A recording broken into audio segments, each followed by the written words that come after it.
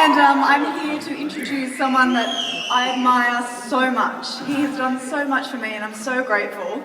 He is a brilliant businessman. He knows everything there is to know about business. So keep your ears open because I did for about, I don't know, till now actually. But I'm grateful to be here today and I'm here to introduce to you Donald Trump.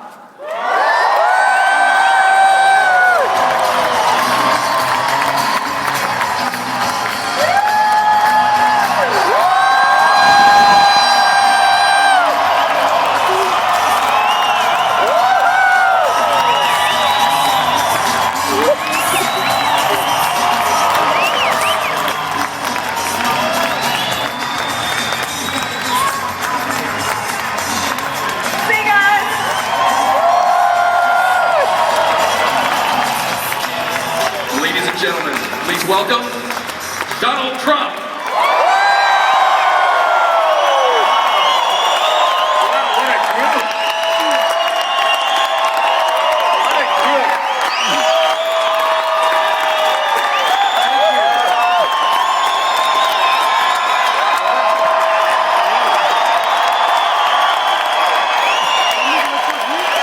I should have been paid more money for this.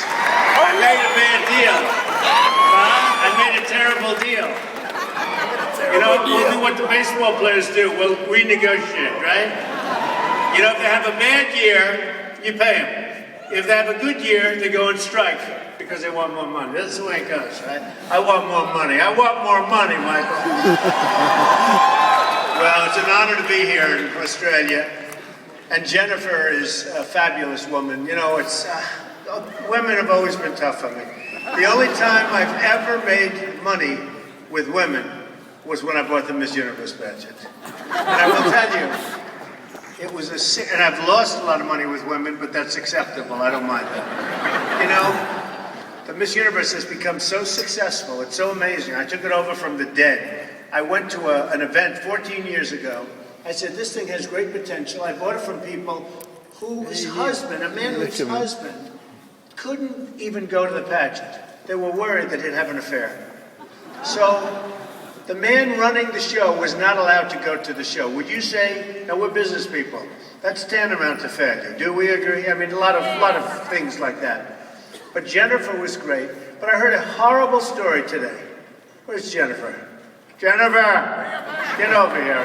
You're fired.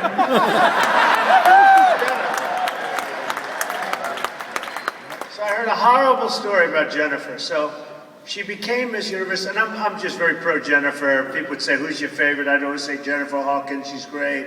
She's great. I love her.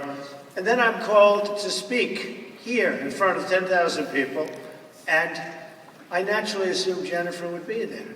So I got here this morning, and they said, there's no Jennifer. I said, whoa, this will have to go down as part of my business thing, how quickly people forget. You know, I chose her, I did everything, I said great things, but I said, where is she? There's no Jennifer.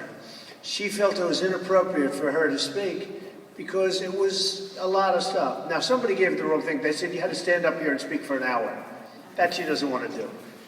But then she heard about it, and she zoomed over here, and she got up and introduced me. So I thought that was very nice. She probably listened to a manager.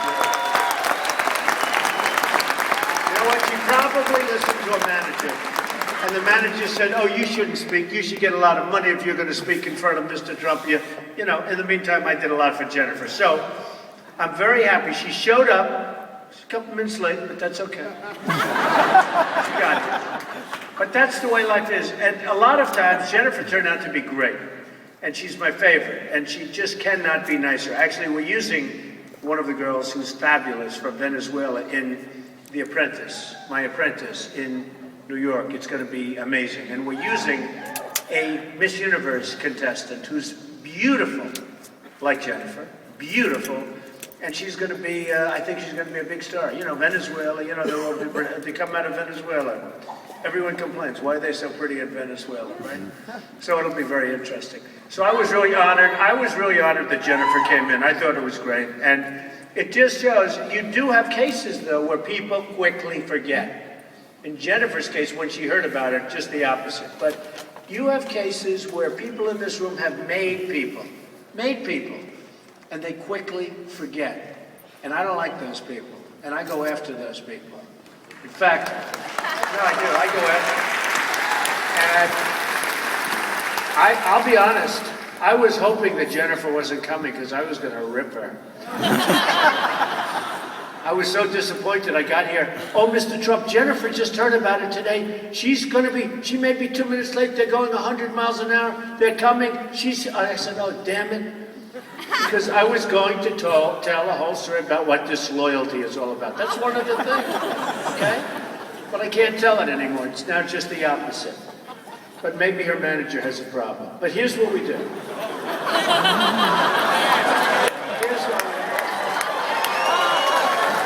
She might have been better off pandemic. But here's what we do. We're going to discuss today success and things that I've learned. And I had plenty of time to think about it because I just got off a plane, 22 hours. And if you can't think about things like success for 22 hours, I mean, I could talk to you for a long time about success. But there are certain aspects of success that are just so vital. They're so important. And a lot of people don't discuss them. And we're going to discuss them tonight. And, you know, I love to teach. And this room is sold out. It's 10,000 people, more than 10,000 people. And I'm very honored. And you didn't even know when I was speaking. To show you how smart they were, they said, Donald Trump is speaking, but we're not telling you when. So you people had to suffer for 3 days through speakers.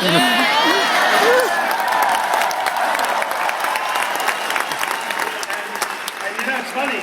I just said backstage to the bosses, and they're great guys, and they really put on a great show, didn't they? Yes! But I said, you know, I've never heard of that. When I speak, I speak.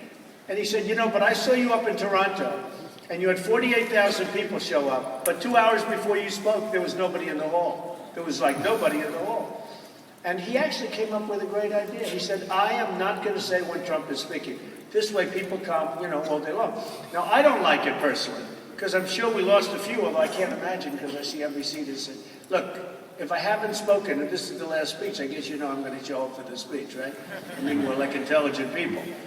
But I like speaking in front of large crowds because I've learned a lot over the years, good and bad. And I like to impart the knowledge. I like to make people happy. You know, you look at divorce rates, the biggest problem with marriage and the biggest reason for divorce is money. They don't have enough money. The woman wants a sweater. The husband says, I can't buy it for you. The woman says, oh, darling, I still love you. Then she wants a pair of panties. The husband says, we don't want to buy panties. They're too expensive. I'll buy you the cotton kind, but not the silk kind. And all of a sudden, the woman starts saying, can't I do better than this? I'm a good-looking woman. I can't even get panties. This is ridiculous. So I want to make it possible for you as a husband to buy the woman panties, okay?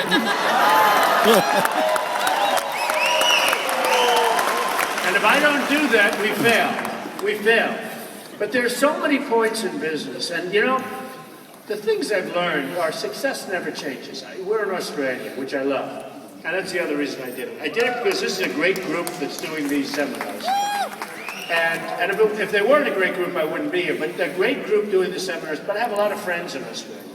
And I played golf. I got off the plane and I was taken immediately to the golf course. I'm standing on the first tee at the Australian. Honestly, I didn't even know where I was. You know, you're flying for 22 hours and now you're standing there with a little golf ball. You have no idea. Even if you're a good golfer, I'm a good golfer.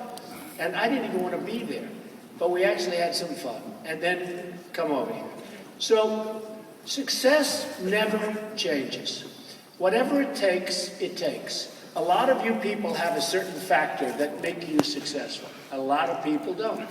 And I sort of go around to these, and when I do them, I will talk about people that shouldn't even be in the room.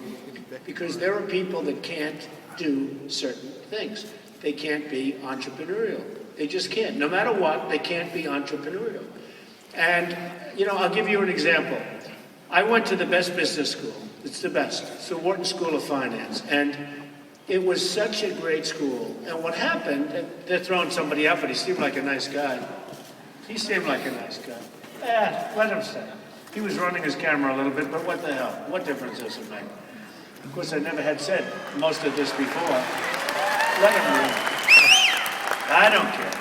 it doesn't matter. What I'm saying is straight. And what I'm saying is straight from the heart, too. Because I really believe in some of the things. And if I can tell somebody in this room that they shouldn't be an entrepreneur, I'd be very happy to do that. Because in some cases, I'm saving people's lives. Not everybody's cut out to be an entrepreneur. Not everybody can handle pressure. They can't. One of the things I came up with, and it's something I've really started saying a lot and talking a lot about, is the word pressure. Now, we can go down and say you got to love your subject, you got to this, you got to that. There's 25 things that you read in every business book.